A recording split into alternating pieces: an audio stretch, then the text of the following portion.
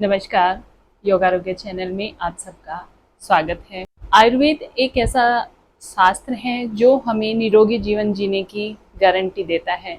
अगर हम आयुर्वेद को फॉलो करते हैं तो हम हमेशा स्वस्थ रहेंगे, लंबा जीवन जिएंगे। स्वस्थ शरीर सबसे बड़ी दौलत है। आयुर्वेद में ये वेट नहीं किया जाता कि व्यक्ति बीमार हो तभी उसका इलाज किया जाएगा। अगर हम आयुर्वेद के छोटे छोटे चीज़ों को फॉलो करें, ऐसी चीज़ें इनटेक नहीं करनी पड़ेंगी, ऐसी मेडिसिन नहीं लेनी पड़ेंगी जो हमारे शरीर के लिए अच्छी नहीं है, क्योंकि हमारा शरीर दवाई लेने के लिए नहीं बना है। प्रकृति ने वो सारी चीज़ों की व्यवस्था हमारे लिए की है कि अगर हम अपनी दिनचर्या में ही चेंज करें, अपनी डेली लाइफ को थोड़ा सा मैनेज करें और कुछ चीज़ों को अपनी लाइफ से निकाल दें और कुछ चीज़ों को अपनी लाइफ में शामिल कर लें, हम लोग अच्छे से अपने जीवन को जी सकते हैं हेल्दी रहते हुए।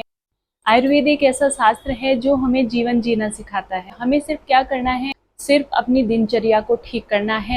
अगर हम कोई काम कर रहे हैं, पैसा कमा रहे हैं, कोई भी हम बिजनेस कर रहे हैं, तो हम सबसे पहले किस लिए कर रहे हैं? हम कर रहे हैं अपने जीवन निर्वाह करने के लिए। और जीवन निर्वाह में सबसे पहले क्या आता है?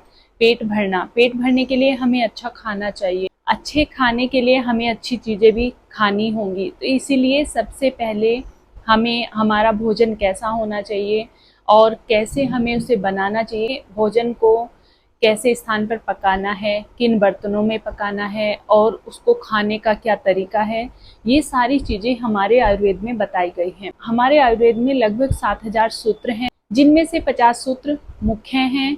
और इन सूत्रों में क्या बताया गया है कि हमारी सुबह से लेकर रात तक की दिनचर्या कैसी होनी चाहिए, हमारा भोजन, जैसे अभी हमने बात की कि हमें हमारा भोजन कैसा होना चाहिए, भोजन पकाने के क्या तरीके हैं, ये सारी चीज़ें हमारे इन सूत्रों में समझाई गई है। हम एक एक करके अपने इस चैनल के माध्यम से ये सारी जानकारी आप तक शेयर करने की कोशिश करेंगे। आप तक वही नॉलेज पहुंचेगी जो वाग्भट संहिता में वाग्भट जी ने बताया है। हमारे भारत में बहुत सारे ऋषि हुए हैं जिन्होंने आयुर्वेद के ज्ञान को फैलाने का, प्रचार प्रसार करने का कार्य किया है। जिनमें से मुख्य ऋषि हैं महर्षि चरक, सुश्रुत जी, आत्रेय ऋषि हुए हैं, पुनर्वसु, निघंटु, और उन्हीं में से एक महर्षि हुए हैं वाग्भट जी, जिन्होंने अष्टांग हृदय की भी रचना की।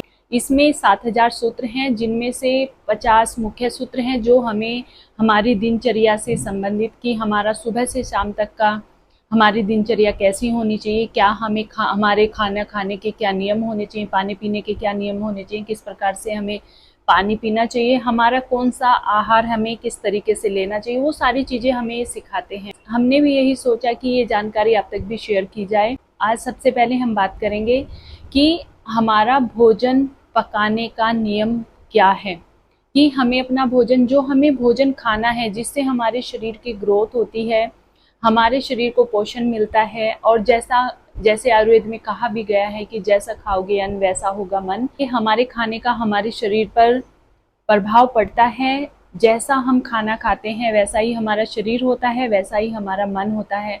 अगर हम तामसिक खाना खाते हैं तो हमें हमेशा गुस्सा आएगा और हमारी बुद्धि गलत चीज़ों में जाएगी। अगर हम सात्विक खाना खाते हैं, हमारे मन में गलत बातें नहीं आएंगी, हम हमेशा शांत रहेंगे, हमारा जो व्यवहार होगा वो शांत होगा, हम किसी से भी बदतमीजी से बात नहीं करेंगे, गलत हम चीज़ों को समझने की हमारे अंदर इतनी शक्ति होगी कि हम चीज़ों को समझ सकें।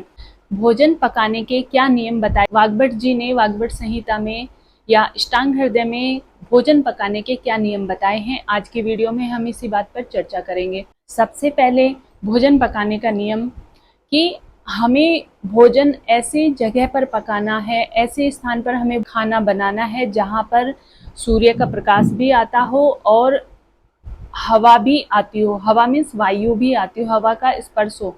मान लीजिए जो हम खाना बना रहे हैं उस पर सूर्य का प्रकाश भी पड़ना चाहिए और हवा का स्पर्श भी होना चाहिए, जिससे खाना ज़्यादा से ज़्यादा ऑक्सीजन को सोख ले और फिर वह खाना हमें ज़्यादा से ज़्यादा एनर्जी दे।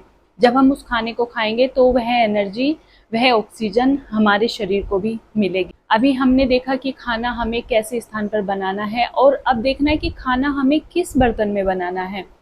हमें कभी भी एल्युमिनियम के बर्तन का प्रयोग अपना खाना बनाने में नहीं करना है, क्योंकि एल्युमिनियम एक भारी धातु है जो हमारे शरीर में इकट्ठी होती रहती है। आप देखेंगे कि एल्युमिनियम का प्रयोग भारत में कब हुआ था, जब अंग्रेज भारत में आए और वे भारतीयों को जेल में बंद करते थे और उनको खाना दिया जाता था, तो उसके लिए वे एल्युमिनियम के बर्तन का प्रयोग करते थे, ताकि धीरे धीरे उनकी बॉडी में जहर जाए और उनको मारने के लिए उन्हें किसी और पॉइजन का प्रयोग ना करना पड़े। इसीलिए एल्युमिनियम को स्लो पॉइजन भी कहा जाता है। ये भारी धातु होती है, इससे जहाज, यान, ये सब चीजें बनाने में इसको प्रयोग किया जाता है।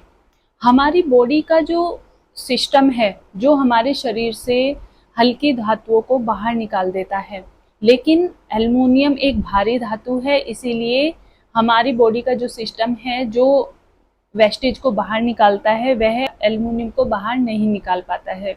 इसीलिए एल्युमिनियम बॉडी में इकट्ठा होता रहता है, जिससे diabetes, arthritis, TB, cancer, asthma, दमा, ये सारी बीमारियां होने का कारण सबसे ज्यादा एल्युमिनियम के बर्तन को माना जाता है। किसी भी घर में अगर ये बीमारियां हैं तो आप सबसे पहले चेक करें कि उनकी रसोई में वे खाना बनाने के लिए कौन से बर्तन प्रयोग कर रहे हैं। आप देखेंगे जिन घरों में ये बीमारियां हैं, उस रसोई में सबसे ज्यादा एल्युमिनियम के आपको बर्तन मिलेंगे। यदि आप चाहते हैं कि इन बीमारियों से छुटकारा मिले, तुरंत अपनी रसोई से हमें एल्युमिनियम के बर्तन को हटा देना है।